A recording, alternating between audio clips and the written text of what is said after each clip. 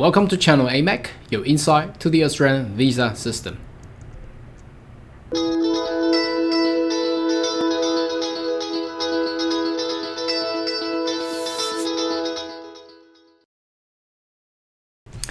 Good day everyone, my name is Carl Young, your YouTube online migration consultant. Now today's video I would like to discuss in regards to the employer's criteria who's able to actually sponsor you to actually gain your work and employment visa. Now it is very important that you actually find someone or a business that is capable to meet the criteria to actually sponsor you, so you can have the visa, whether it's gonna be TSS 482 or 494 regional visa, or perhaps 491 visa as well. So in order to get these criteria to be met, the employer required to provide a lot of documents to prove and meet the regulation 5.19. So today's video I would like to take you into that detail and show you a little bit about how it looks like and how the case officer of immigration actually assess a business. Alright, let's jump into the actual Legend.com, which is the actual library of the immigration web, the database of all the legislation. So as you can see here that we are looking at 4.4 additional criteria capable of direct entry stream. So basically we are focusing on what the highlighted part, which is 5.19, as you can see here. So it is very important that the employer is actually a lawful established, and also it's actively operational, because a business can be lawfully set it up, but it might not be operational. It can be a shelf business or company which is not eligible to actually meet the criteria. So two of them has to be met: lawful and operational. So let's look into the actual detail, and this is actually the policy that the immigration case officer actually uses to actually assess a business. So first of all, we go to 4.4.2.1, where they assessed of lawful operations. So in summary, basically they are looking for registration with Australian Tax Office, which they will be provided with Australian business number. Now, an easier way, whether or not you know your employer or the company's name, you can actually Google ABN space lookup, LOOKUP. So when you go to ABN lookup and you punch in your employer or the potential sponsors business or company name, you can actually find out whether this company or business is actually lawfully registered. Okay, they will show you the actual ABN number, which is the Australian business number, and also they will actually link to the Australian Security Investment Commission, ASIC. So what we say is ASIC. Okay, so a lawful and legitimate business in Australia generally will have an ASIC registration and also a registered number, which is Australian business number. Now, under here, the policy does provide more of the detail. Now, we will focus on the first three, which is more commonly used, as I have highlighted down here.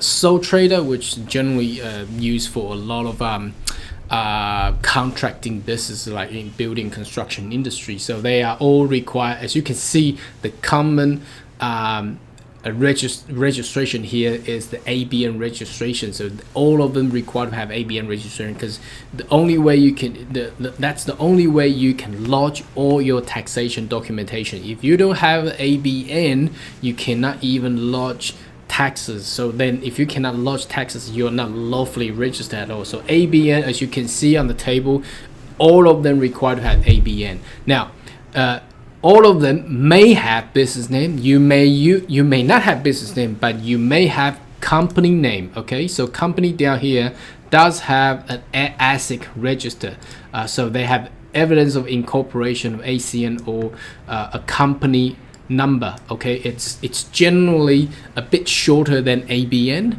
Okay, but sole trader and partnership does not have that company number, because basically they are not a company. So these three are generally and commonly used as an employer to actually lodge for nomination and the standard business sponsorship. Okay, so that's the lawful requirement. Now, another thing I wanted to highlight is down here.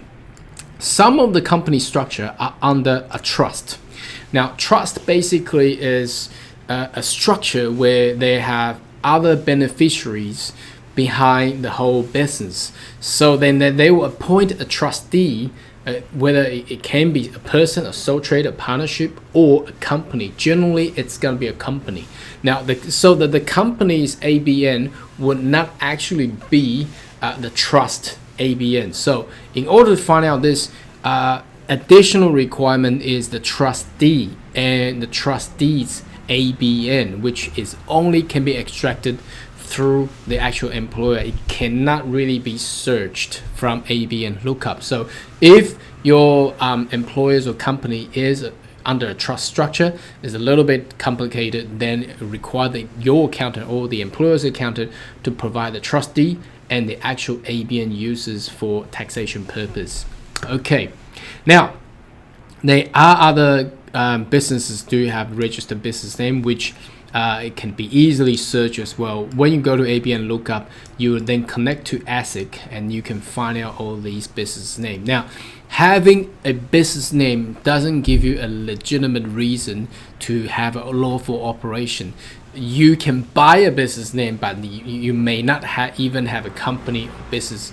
So it's a different thing. But having a business name does provide a reference to the operational side of a business there.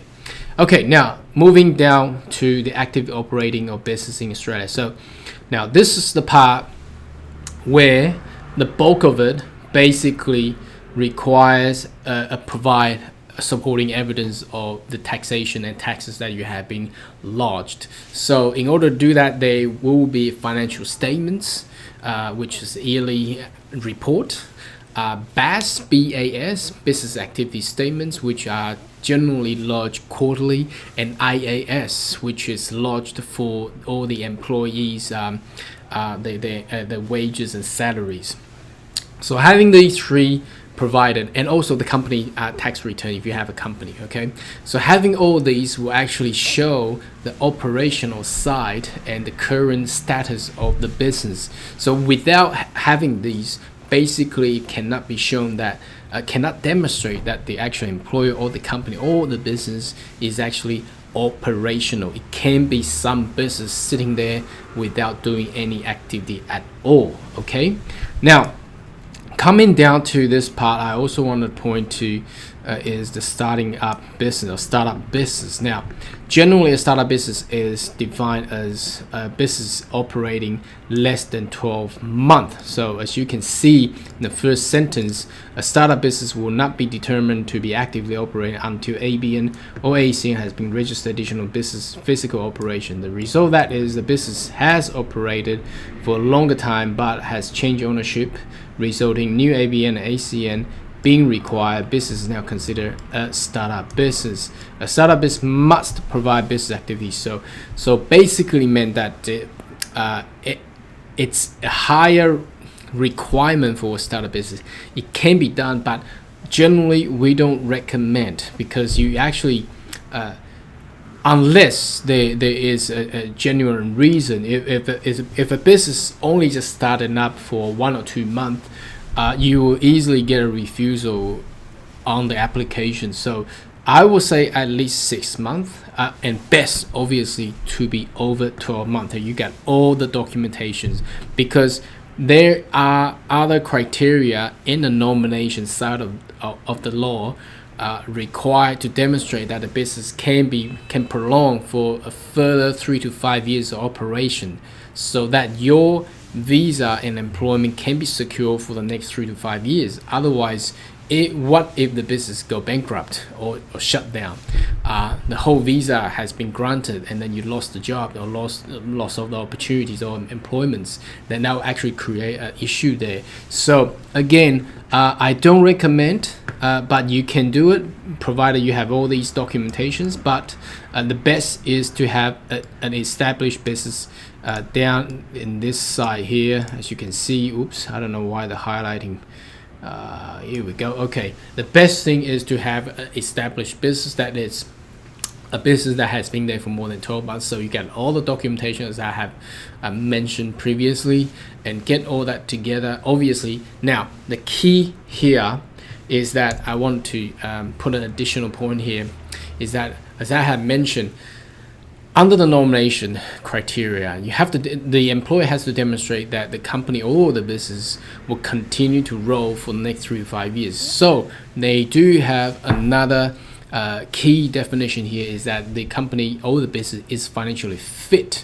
Now, generally how the case officer will assess that part is that they need to show the numbers in your taxation lodgement paperwork that can show that the business is fit enough to actually roll for the next 3 to 5 years. Now, for example, if you have a company or business have a tax return where it has provided consecutively 2 years of negative and making losses, then that will likely to result in a refusal on the nomination applications, because you cannot demonstrate enough that these negative figures could actually continue to roll for 3 or 5 years.